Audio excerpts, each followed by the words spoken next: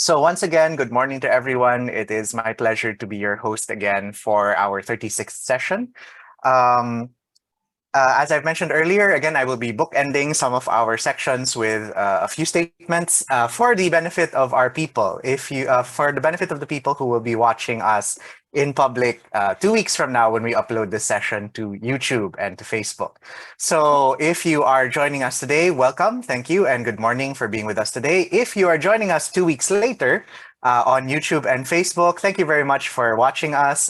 If you can, please do like and follow us on Facebook at MAP-ABCDF or subscribe to our YouTube channel.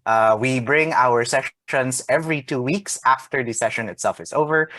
If you are interested in joining us as a member, we are a nonprofit member-supported organization, and we would very much welcome your membership to allow us to continue bringing you new technologies and interesting things, as well as possibly helping create job opportunities for people in the provinces. Okay, so without further ado, may I please ask our president, Mr. Ernie Ordonez, to introduce our speaker for this morning. Ernie, please. Siyempre, Batanggenyo rin siya Magandang umaga po sa inyong lahat. Ako'y tagbalayan kaibigan ko ito. Ngayon, ito naku, masyadong masaya kami na nandito ka. Who is this guy, Jimbo Pedrosa? Well, first of all, you know, he's CPA, he's a financial whiz, he consults with telecom companies, but more importantly, his heart is for the poor. And his life is Seaweeds. And I'd like to say that he's the chairman of the Seaweed Industry Association, all right, okay? But in addition, he's the chairman. He made barkada like Batanggenyos, you know, their balisongs and alak and all that. He's the chairman of ASEAN, not just ASEAN, Seaweed Industry Club, chairman, okay? I should say chair because I'm a feminist. Dapat chair, the chairman, okay? He's an entrepreneur, he started this whole thing, and he's a freaking book author. He's not only good looking, he also brings, he writes. He has a book called Propagation Culture of Grasania, no? And other things, CPA, all that stuff. And as we know, under our chairman who guides us with his dynamic youth and ideas, and I'd like to say the whole board, okay? Mr. Junbo, you are like a dinosaur like me. The whole board, all of them are below 45 years old. Do you know that? Except one dinosaur, right? They're all really good at this stuff. And he will now tell us about Seaweed, but he will not only tell us about Seaweed, but this new board, one of them, Clarice said, because we said poverty reduction, sabi namin, wag na mo niyan, tama ka sa everyone said, no, poverty reduction. In other words, from this forum, we don't want just to learn and be entertained and be wise. We want to help in poverty reduction. And Mr. Junbo lives that because the seaweed farmers are among the poorest, and yet and his CPA, he has ROI stuff, and he really deals it. So Mr. Pedrosa will not only tell us about this, he'll tell us how we can help him if we can. Diba? He's done such a great job. So it's my honor, pare, punta ka na huwag ko masyadong mabilis magsalita kasi medyo hindi ko masyadong magaling mag-intindi ng mahirap na bagay, di ba? O sige, tira na. Jimbo, tira na. Okay, salamat. Maraming salamat, kabayang Ernie. Magandang umaga sa inyong lahat. Ito po ang inyong lingkod, Jimbo Pedrosa. Gaya po ng nasabi ko, medyo nagpainit na tayo. Tapos na po tayo sa ating barakong kape.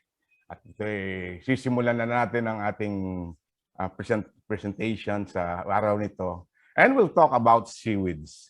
So allow me now to share some information about our industry and how do we look at it in these coming days, especially with the So and how we can help you, pare, and how we can help you. Okay. Yeah, we can help the public and make our public conscious the role that our seaweed industry plays in our economy. Medyo tahimik lang po kami. Tahimik lang kasi industry ito, but we've been here for quite a long time. Okay. For today's meeting, I will talk about seaweed as LGU's coastal investment priority. Now, let me go over, let's just a brief introduction about what we produce as an industry. We, you can see in the slide, we are a producer of carrageenan coming from a brown seaweed. Well, carrageenan is essentially a product for food and non-food application. It's a binder, stabilizer, emulsifier, thickener, and clarifier. Then we have what we call the alginate. Well, it's basically an ingredient used for the extraction of the pharmaceutical materials like pukoidan, and of course agar, which is known to be a good culture media in our laboratory. Now, we have here the, you can see now in the slide, the mga present species that we culture. Yung Capapicus, which is and Eucuma, na commonly known as guso. Then Caloerpa, known as lato, and Gracilaria, known as gulaman. There are about 1,000 species, seaweed species in the Philippines. 60 are known to be suitable for human consumption, and about, as I present here, these are the 4 species now currently cultured. Now, if you look at the resources natin, the Philippine water, our Philippine water constitutes about 7 times bigger than our land mass, and our coastline is the 4th largest in the world after Canada, Indonesia. Then, as a farming, all our activities, seaweed farming, are taking place within the first 3 kilometers of our municipal waters from the coastline. And then you can see we have potential farmable areas like 500,000 hectares, but that can be tough for deep sea seaweed farming. I'd like to, later on, I will go back to that potential farmable area. Existing seaweeds based on actual inventory, around 102,000 hectares. And this area is capable of producing from 765,000 metric tons up to 2 million metric tons of seaweeds, dried seaweeds. Despite of having large number of existing seaweed areas, actually utilization just stands at 17,000 hectares. So that leaves us 85,000 unproductive seaweed area, capable of producing another 640,000 metric tons of dry seaweed. Currently, we have our processors, member namin ng industry, have mga 19 companies, and with the combined nominal capacity of 38,000 metric tons. As to the seaweed farmers, there are about 200,000 dependent family for seaweed farming. Okay, just like take a look at how we stand. Madali lang po ito. Sa fisheries, we belong to the fisheries sector, and the 4 pillars of the fisheries are the commercial, municipal, marine, inland, and aquaculture. If you'll note, in terms of production, we account for about 25% of total production of the fisheries. And in aquaculture, as you can see, about more than almost 60% comes from production of seaweed in the aquaculture sector. Now, I'm not showing you the productions, the most major seaweed producing areas. The major we have here, number 1, the ARM, Bangsamoro, right now. And then we have the Mimaropa, Region 4B, the Zamboanga, Western Visayas, Bicol, and Visayas. These 6 regions accounts for almost 95% of the Philippine production. Now, in terms of export, we have here that we consistently figured it around, on a yearly basis, $200 million export proceeds that we go to the national coffer. you will note that in this 4-year result, our export in terms of value, in terms of volume, dipped in 2021 during the height of our pandemic lockdown. But still, the recovery looks promising. Now, in terms of our export, you will note that our major buyer comes from Europe, followed by the United States. In terms of world standing, prior to 2008, we are #1 in production of raw dry seaweeds. Now we are 3rd, and we supply about 80% of world's Capapicus, meaning the cotonite, the dry seaweeds for production, and we control about 50% of world's demand for carrageenan, and currently we're ranked 2nd as a producer. Well, in the U.S. market, as you can see, 20% of our export goes to the United States, and in the U.S. market, we hold about 52% of their requirement, and in Europe, we stand at 16% of their market. We have the 16% market share. Now, let me go now to the core of my presentation. As we all know that there was a ruling now regarding the Mandanas-Garcia case that will have an impact, a profound impact to our industry. The most essential thing about this, the budget now, our local government, or LGU, will now enjoy bigger share in terms of revenue and sharing from the national government. Okay. Now, how do we look at this in the industry? Okay. When we have funding, well, it is a perennial problem that every year funding is a recurring problem. Over the years, we saw the budget allocated by the national government are in a diminishing trend, from as high as 200 million. Now we're down to 47 million. I will show you later in the comparison of our funding.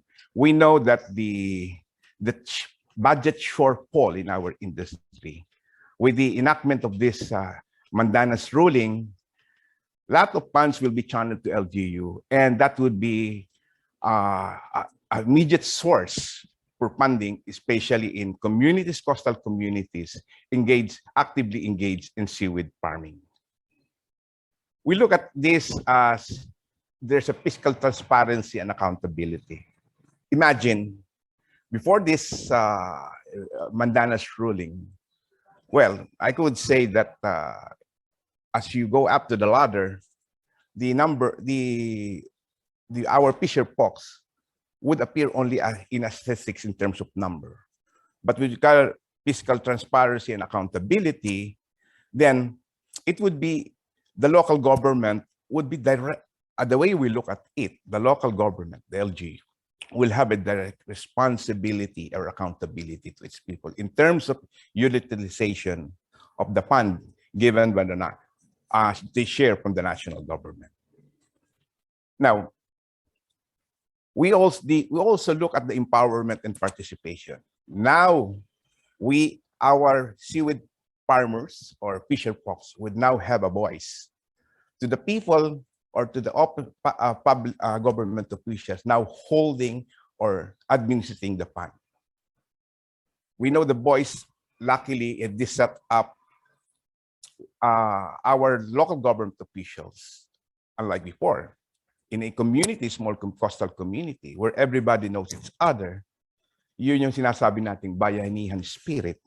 And I think that there will be some certain degree of check and balances. Kasi mahirap itago kung paano gagamitin ito. Now we look at this that at industry, yung timely implementation, especially the release of the fund. This is very important in the sense that in the context of our industry, prices fluctuates in a short period of time. And it is very important that your ability of our members to supply the need, to meet the demand on time. So with the timely implementation, we can program the industry would be in a position to program its activity, and eventually there would be also in close coordination with local government in terms of release. Another area that will have a really good impact is the financing.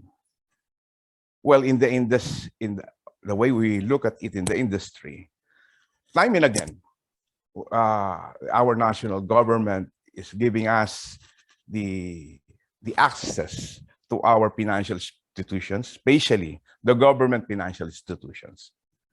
But when you go to the grassroots level, this is really a barrier that tough to hurdle for our ordinary fisher folks when they will ask, when these people, finance people or bankers will begin to ask, can you show me a business plan?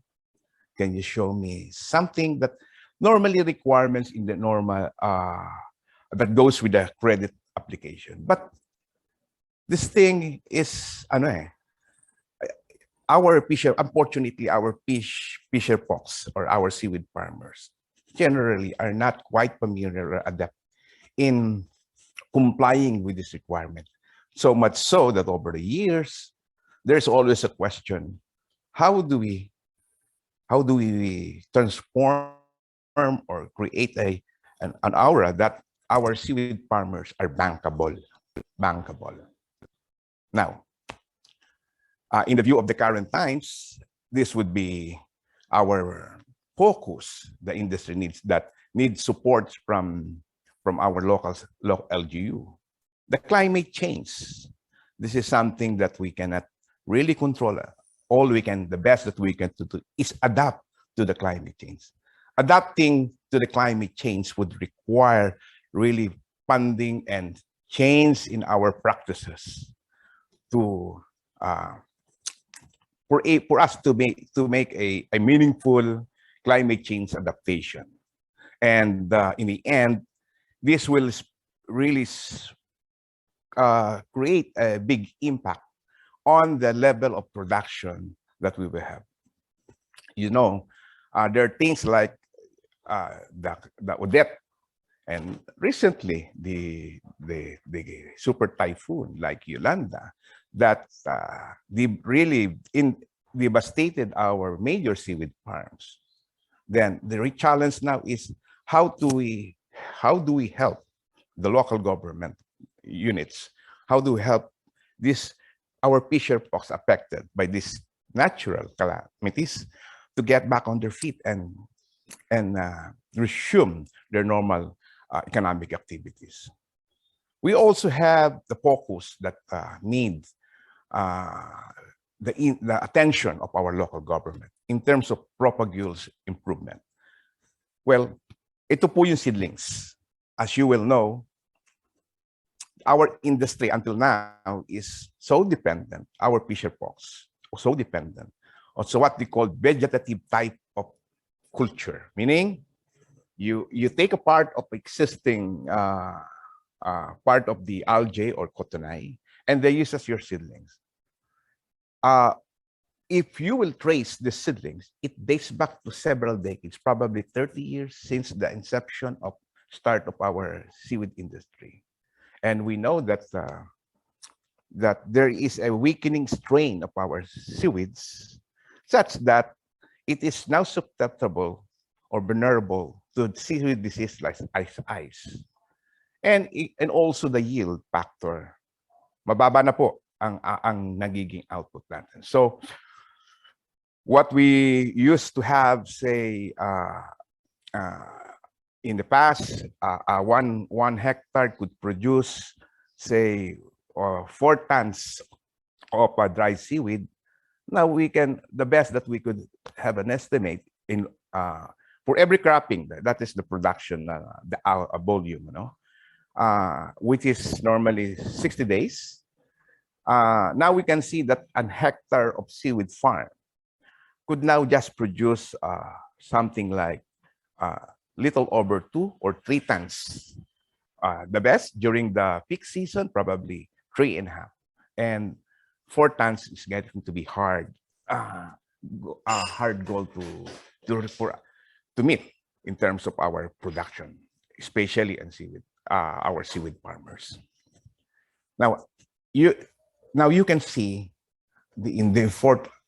despite of our performance and contribution to the economy of the industry, in the last 5 years, we consistently deliver around little over $200 million export revenue. The way we look at it in 2002, with the current prevailing price in international market, it is not really far-fetched that the industry, if we play our cards well, we can generate almost $500 million or $500 million of revenue from our export of seaweeds and carrageenan. But if we will compare the support from the national level, we can see the diminishing trend of our industry.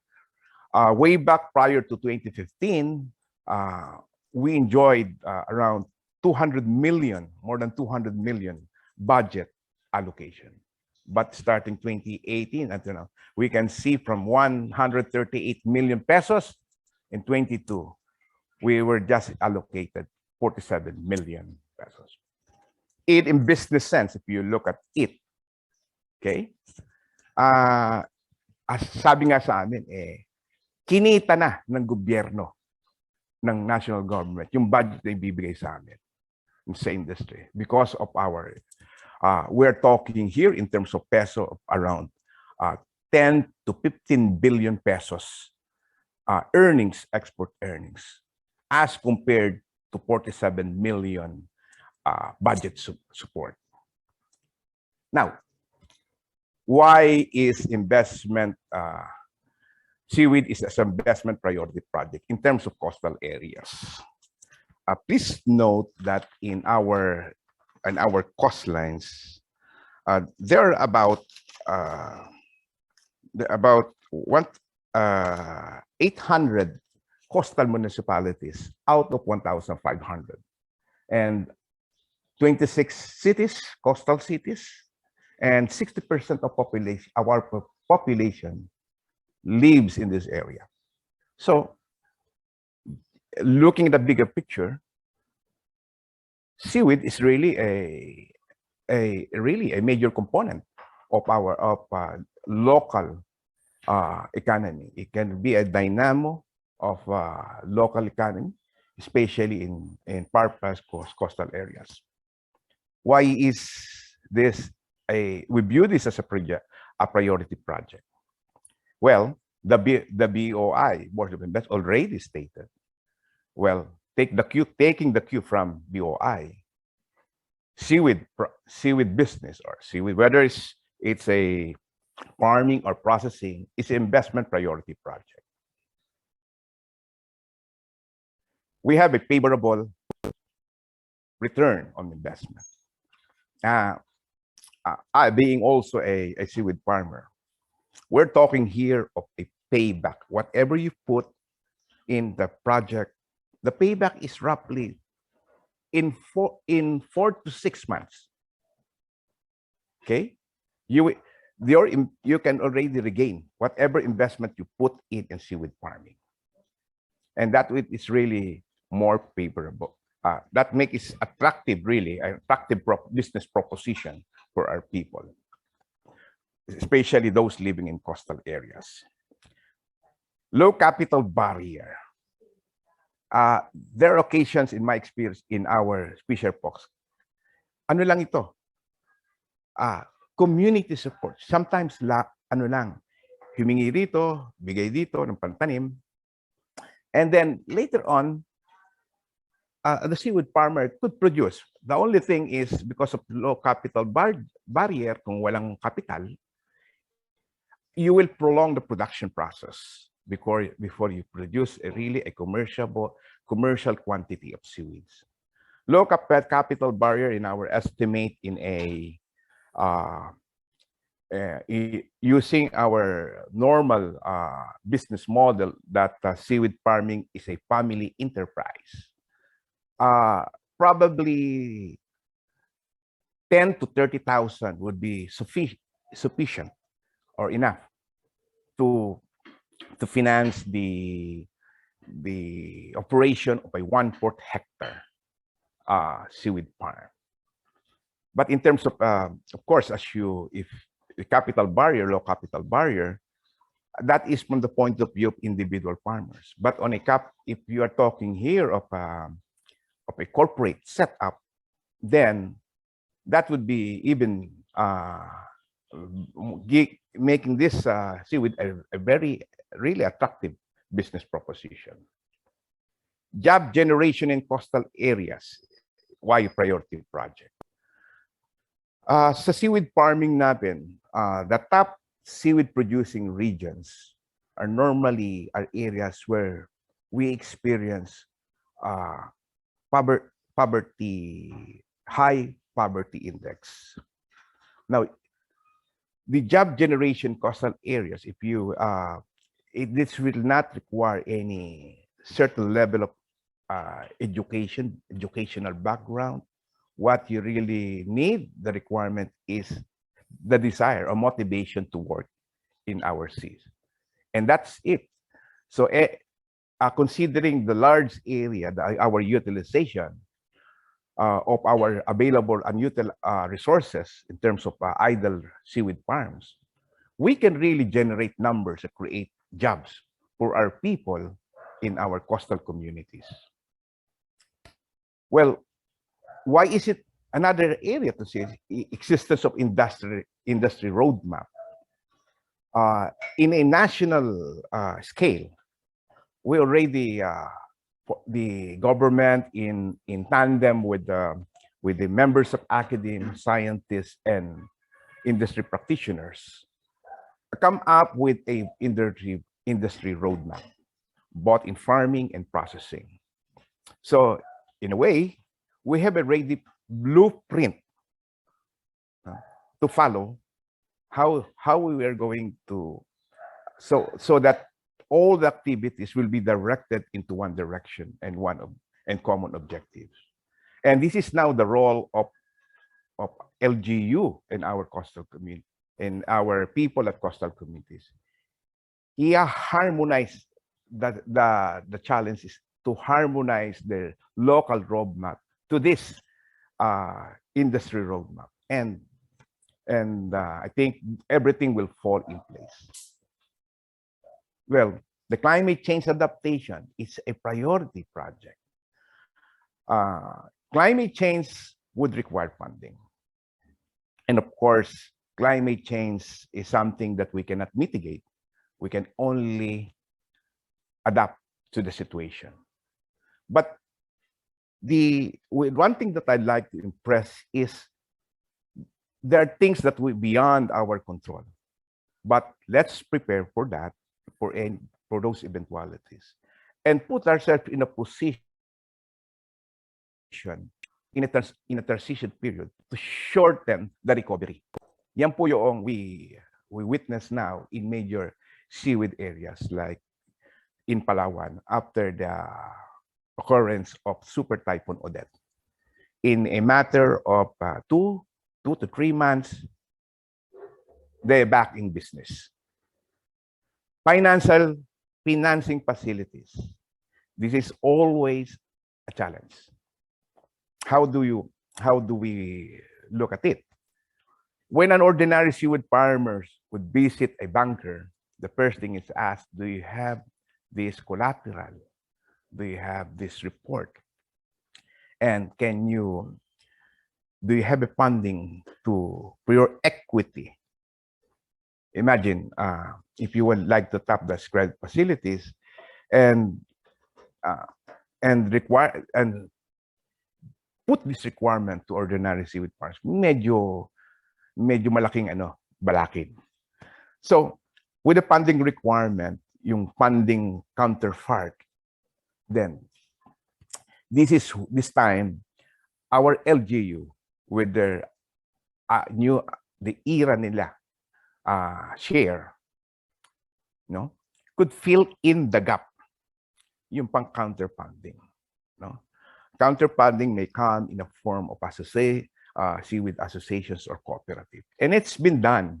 And later on, I will show to everybody how this is possible, how these things were facilitated. Institutional supports.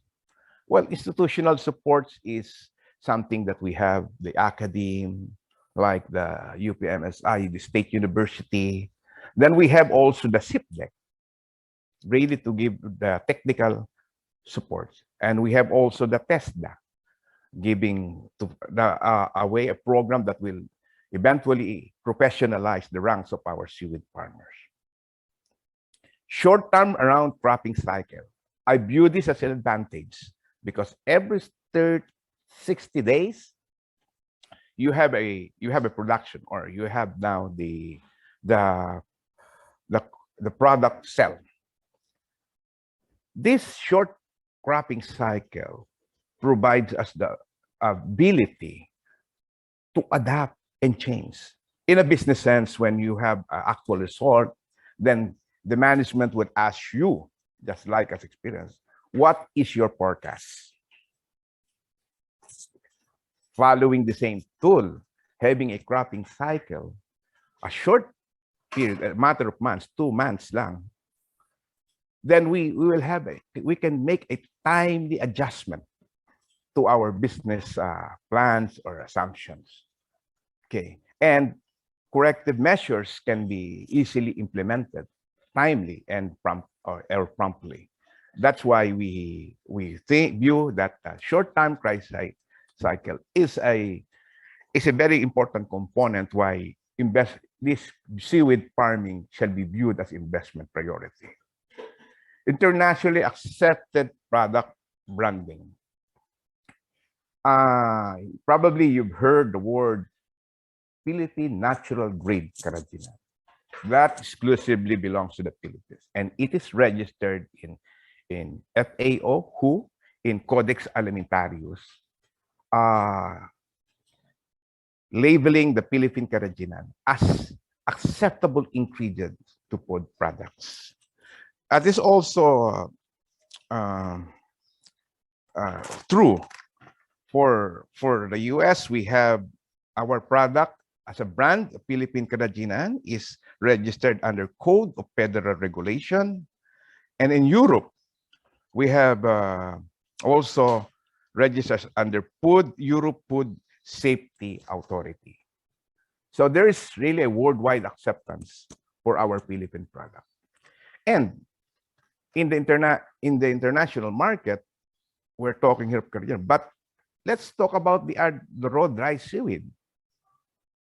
Our raw dry seaweed, production of raw dried seaweed as a product or commodity, is known for its quality, such that it will not be surprising that in the international market, our seaweed, dry seaweed, commands premium and most sought after product.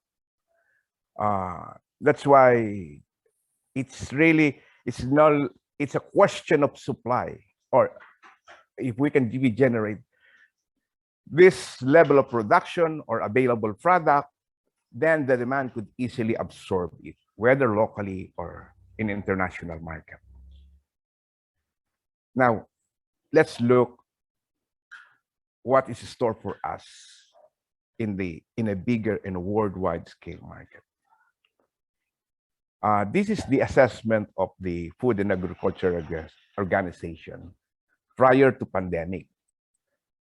Well, the way we look at it after this recovery, the assumptions or the outlook basically remain the same. Asia Pacific is the biggest market, and approximately 60% seaweed hydrocolloids.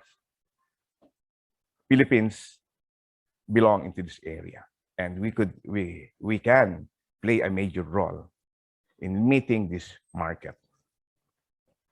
Our strong growth, well, because of our proximity to these areas, we are in a better position to meet this opportunity. Well, consumption per 30 to 50%, better penetration, and the forecast then is that the current global seaweed industry, where way back in 20s pre-pandemic, is around $6 billion a year, and production stands at about 12 million. And impact of climate change and COVID pandemic in supply chain. So this is a new normal, but slowly we can still see that this setup will still prevail in our worldwide market. And that while we have a lull, we are in a position to prepare for the Philippines to meet this opportunities. Now, when we look at on the domestic scene, even in a local setting, our demand exceeds supply. Meaning in our 19 in the current number of our processors, 19 processors, and in the relative to their capacity, the seaweed that we produce right now is still falls short of their production requirement, such that in a simple law of market, demand and supply and demand, this triggered really an upward trend in our farm gate price. Prior to pandemic, the price of seaweed per raw dry seaweed per kilo then stood at something like 80 pesos to 90 pesos. Now, at the current price prevailing, we have 150, as high as 150 per kilo to 175.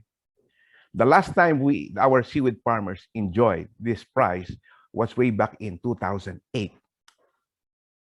And this is already happening again. So with this, it somehow revived the interest of our seaweed farmers to expand or to continue doing the seaweed farming in view of this high farm gate price. Normally, whatever price we have on the average, 80% of that price goes to seaweed farmer.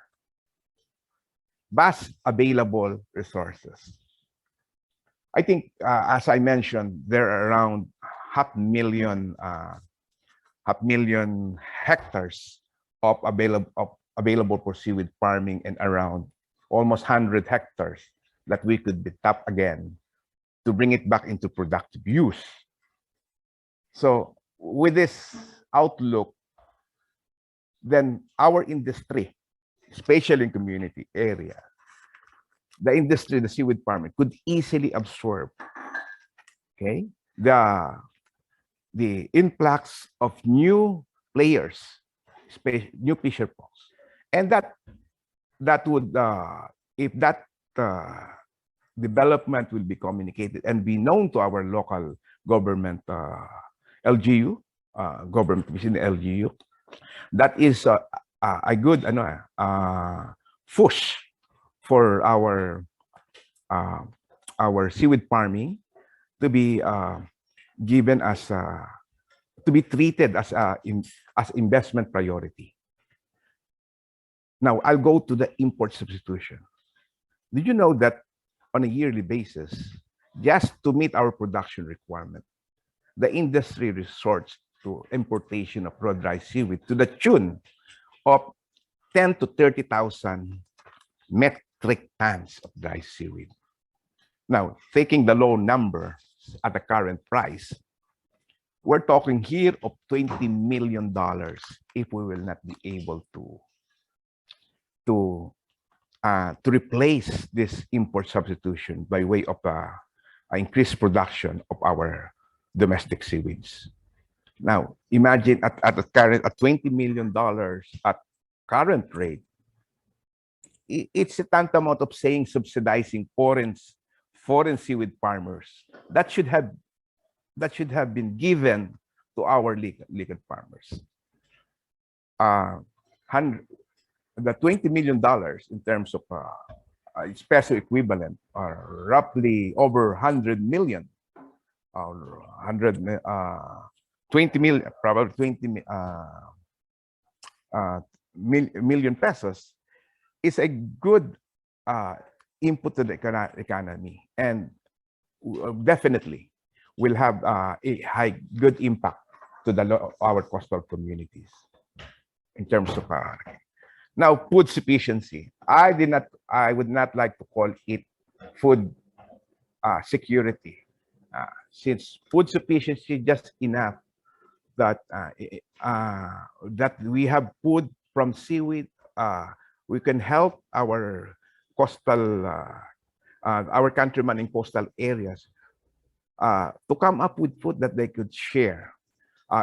Say, for example, you have the lato. You have the appetizer, the lato, the guso as ensalada. This, every time it is served on a dining table, we're talking here of savings on the part of our rural folks. Food sufficiency indirectly will also come in a way of seaweed known as a fertilizer. So it will definitely help the food production in the country, considering that it is organic, and the price of organic seaweed fertilizer is way below than we have than our inorganic or commercial fertilizer. When we produce our crops at a much lower production cost, probably the dream of reducing the selling price or the buying price may be realized, considering that our farmers or seaweed or fisher folk could still make a decent margin. Climate change adaptation is really an opportunity. So I'm saying in a climate change adaptation, our coastal communities, the traditional seaweed areas dedicated for production, is somehow affected by the change in temperature of seawater and the waves and the typhoon. So much so that the way to go this time is to adapt on this a new environment condition, is to go farther to the side of the sea. And that's what we have the deep sea fishing. But this sea fishing is a costly venture, such that if you look at the current profile of our fisher folks, this is something really a challenging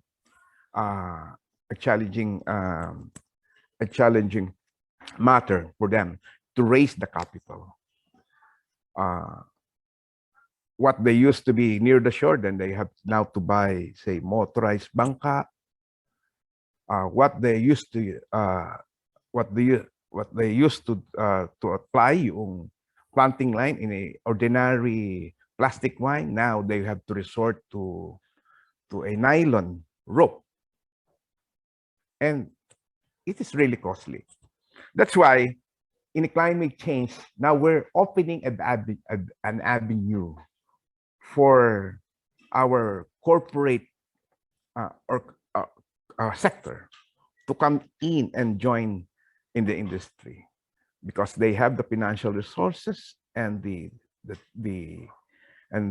tools to make deep sea seaweed farming a viable project. So that is so we with available with the entry of corporate players, then somehow the issue on financing may no longer be as significant when we talk this financing problem as it relates to ordinary seaweed farmers. Of course, the lastly, as opportunities, the blue economy.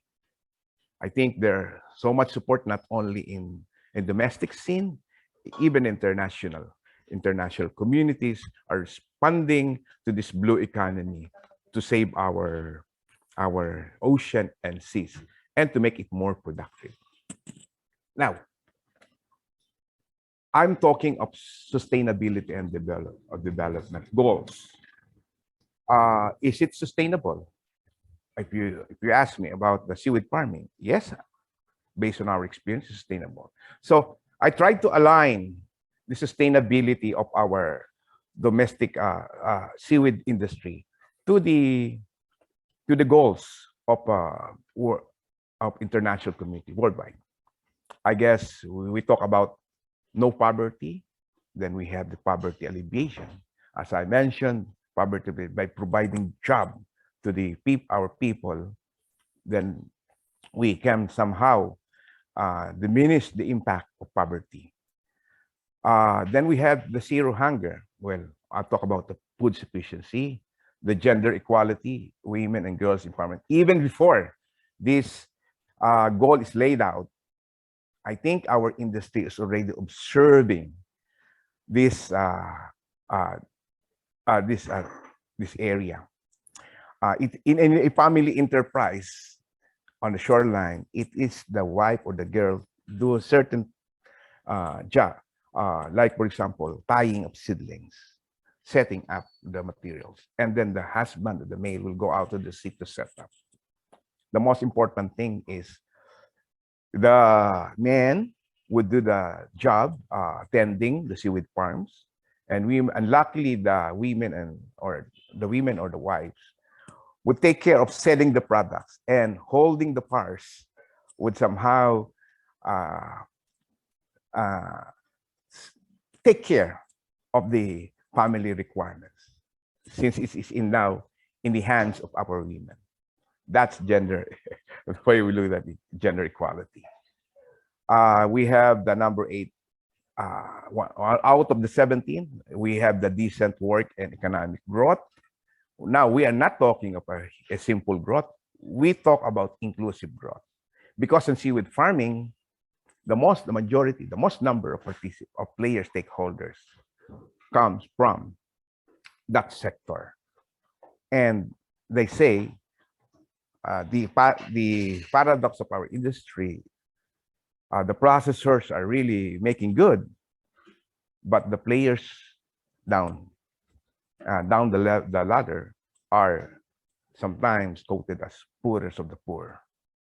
I think they have to make a change. This will have given emphasis, especially now that we have there's a good opportunity for our local government to intervene in terms of inclusive growth. Sustainable production, okay, we have the technology and the best practices, and in fact, our best practices is something that other neighboring countries here in seaweed are trying to emulate or to adapt. Then we have the climate action, the adaptation measures, and then of course life below, which is a blue economy, protection, and conservation, and the capacity development partnership for the goals. Now it's an interplay, the participation of our fisher folks probably, and in their in the way in their dealings in doing the way we interact with our officials at the at local government unit. Now, I would like to highlight two of the goals: no poverty and decent work economic growth. You will see a simple financial analysis, a feasibility study. This is something that I somehow able to achieve in my experience in seaweed farming. We have the assumptions, and this is only good for this cropping would only cover, by the way, 1/4 hectare. If you look at the estimated income, let's look at the cropping number of cycles: 1, 2, 3. Down south in ARM or barns, they practically enjoy a whole year round croppings of seaweed. We're talking of 6 to 8 times a year. As you move up to the north, in Luzon, we have to contend with the long summer. So probably we can have, at most, we can have 4 to 5 croppings. But for this analysis, we are limiting our analysis to 3 croppings. Look at this. This is 1/4 hectare, and we're talking here of around 7 months. For the 7-month period, for our seaweed farmer, if he would be consensus in terms of the good practices and applying the required procedures, the recommended procedures, if he would be lucky, barring no major disasters, natural calamities, for the period of 7 months, he could make around 73,000 pesos. Now, let's look at how it is compared to our level of income and poverty. I'll take this. I take the liberty of using the 5 major seaweed producing areas: the Barn, Mimaropa, Zamboanga, Visayas, and Bicol region. They are major seaweed producing areas, but look at their poverty index. Their poverty index is Barn being the #1 seaweed producing region, and yet their poverty incidence way back 2015 stood at 48%. After 6 years, there's not really so much improvement made. It's able to, there's a insignificant, I may call it, reduction at 45.8. Mimaropa, 17 in 2015, 21, it's 25. You just compare it with the numbers. Now, let's go now directly to the income threshold. In 2015, 9,500. Let's not talk about it. Income threshold in 2021, 12,000. If you look at this, the income that is on a yearly basis. But if you will compare it apple to apple, say for 7-month period, this is something like around 72,000. Now 72,000 based on our model can be achieved by merely using the 1/4 hectare. Imagine if the 1/4 hectare is increased to 1/2 hectare, then our seaweed, our fisher folks or seaweed farmers would easily surpass the income threshold level as monitored by NEDA. Okay, this figures or this analysis, if presented to local, to our local or LGU officials, in terms of identifying the priorities, is it a good argument why the seaweed farming should be supported in coastal areas? Our fisher folks should have a strong voice to have a fair share in the LGU's incremental internal revenue allotment. And this is a good investment, considering the numbers I've shown you. This is doable. I would like to emphasize. This is doable. And in my experience in actual seaweed farming in Batangas, mas malaki pa rito ang lumabas sa akin. Now, climate change and life, another goal, life below water or blue economy. In purely climate change, deep sea, we are advocating for deep sea seaweed farming. Mas madali po ito. Hindi ito vulnerable. Our seaweed farm should not be vulnerable to changing water temperature, the force of waves, sea waves, and also the pollution. There's really nothing can stop if really super typhoon will come in our midst or pass through those seaweed areas. So we're looking here of crop insurance, just to provide our seaweed folks, seaweed farmers, the leeway to get back to repeat and resume seaweed farming. Seaweed crop insurance. The premium may be additional burden or cost to seaweed farmers. Now, the force of our seaweed farmers, if they will rally to support this business insurance, pwede na lang sabihin to sa local government to take care of this. I know that the premium for this is not really that much. Climate change adaptation, cultivar tissue, and spores culture. As from vegetative, we will use the tissue and spores culture. If we are successful in this, then we are talking here of a new seedlings or cultivar, first generation cultivar. And cultivar and tissue is a project that can be undertaken by local government through the setup of local seaweed nurseries. Pwede po nila yan gawin.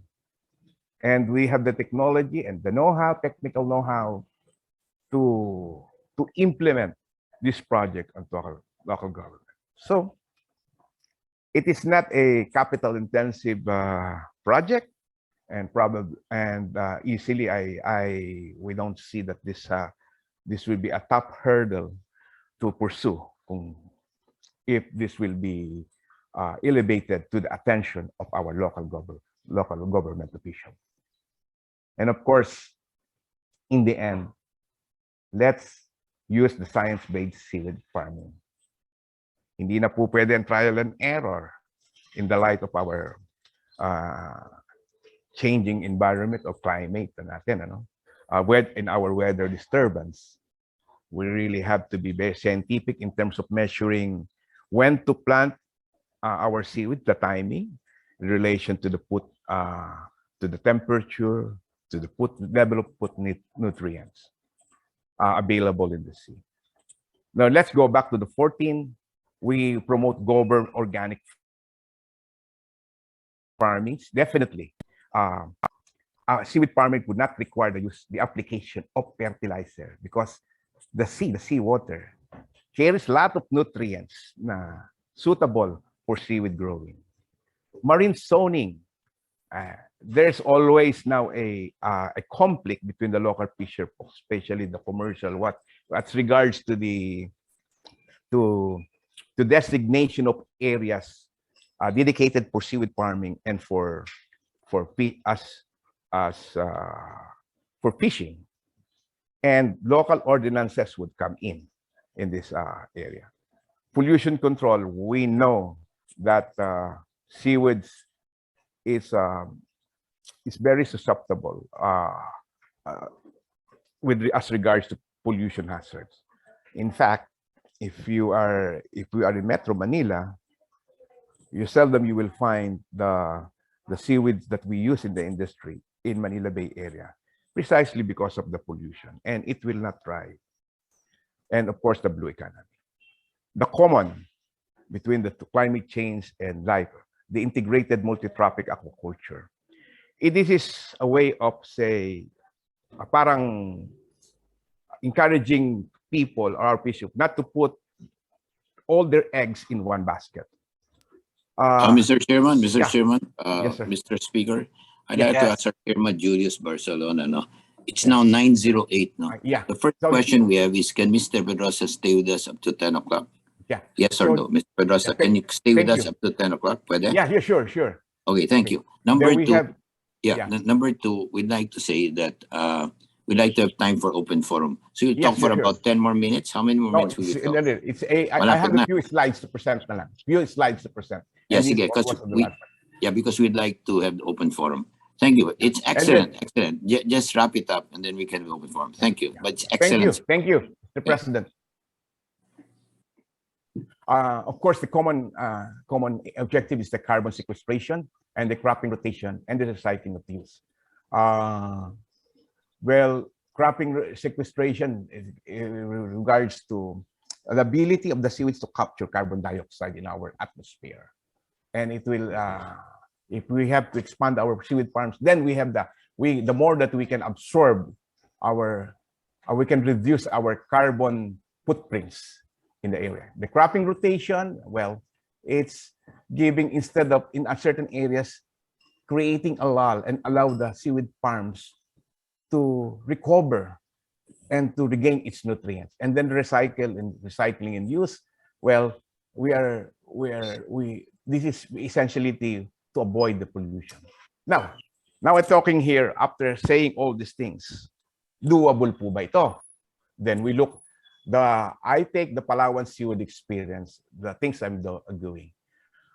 Palawan at that time has 8 co-ops, spread in different areas, coastal areas. And one of the co-ops is the Kiniluban Island. Way back in 2015, there are around 23, when this cooperative started, there are only 23 members, and their asset stands then at 1.3. Now, they have 300 plus members, and the total resources, total assets, now stands at 9 million, almost 10 million. So with the interaction of the local government and the local fisher folks, then this can be done. The Palawan seaweed, the Palawan seaweed production, Palawan figurative prominently in production. It's either they're number 1, number 2 in terms of provinces. Either sila lang, naglilipat-lipat lang sila, Tawi-Tawi at saka Palawan. Okay? And then, these are the initiatives undertaken by Palawan local government. In terms of hectareage and their initiatives. Puerto Princesa, they recognize the stimulus that they gave to the local seaweed industry, and in terms of reducing poverty levels, to marginalize fisher folks in coastal communities. Now, this will show you kung paano yung return. The figures is not far from the one I showed you. More or less comparable sila. Okay? Ito yung mga kanilang ginawa nila. The LGU. They created extension service for business plans. So there was, especially land bank, they somehow address our financing problem, funding problem. Ito po yung, kung ma-replicate ito, this will open a wide door for our seaweed farming to go straight to government financial institutions for the support. Now, their technical assistance, the local government started the operation of Seaweed Business Resource Center. It somehow give more impetus to the seaweed farming activity in that region and technical asset. So in terms of local governance, in terms of enactment, they banned the use of fertilizer and the inclusion of seaweed representative in City Food Security Council. Yan ang sinasabi nating participation and na we're trying to. Now, having said that, if the local, it is a partnership, they view it as a partnership. The local government, the national government, and the other stakeholders, especially the seaweed farmers, if we will group together, then we will live the spirit of the word of Mr. Ford. This would be a start. They will spell progress, and eventually we will reap the success. Dito lang po. Maraming salamat po at dito po nagtatapos ang aking presentation. Okay, thank you. Wonderful. Mr. Chairman, I'd like to suggest that the last 20 minutes, namely 9:40 to 10 o'clock, be reserved for action planning, because if we don't do action planning, nothing may happen in terms of our goal of alleviating poverty reduction. So I'd like permission that at that point, I would like to interject and propose that we talk about these actions. In the meantime, I think many questions will be asked. Thank you, Mr. Chairman. Yeah, okay. So thank you very much, President Ernie, as well as Jimbo. Thank you so much for your presentation. Very enlightening. Before the meeting, we were talking and you said that the seaweed industry was very low key. And I think I can understand why, but it is maybe a little too much considering the figures that you were showing us. I think, this is an opportunity to be explored. Okay, it is 9:14. So before we continue, we would like to first end the formal session.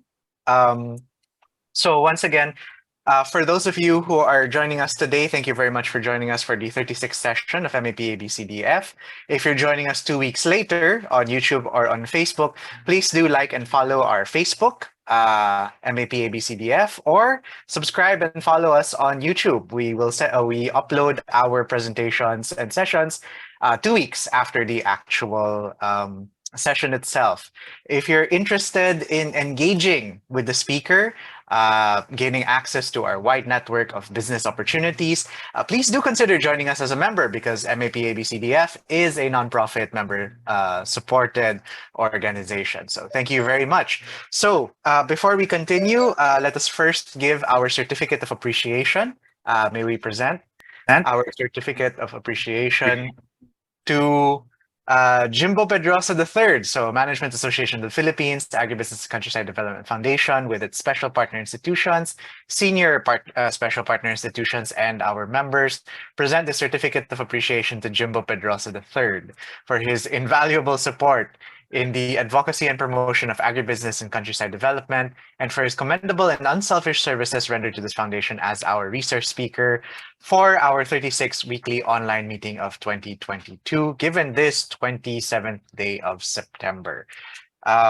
Signed by myself as our chairman and Ernie Ordonez as our president. And we would like to invite everyone to our next session. Our next session, if we were talking about seaweed as a low-key industry, we've got another interesting industry to explore, which is vanilla. Currently the second most expensive spice in the world, according to Benedict Ella, Chief Executive Officer of Vanilla Dream Philippines. Same time next week on Tuesday from 8 to 9 a.m. with an open forum up to 10 a.m.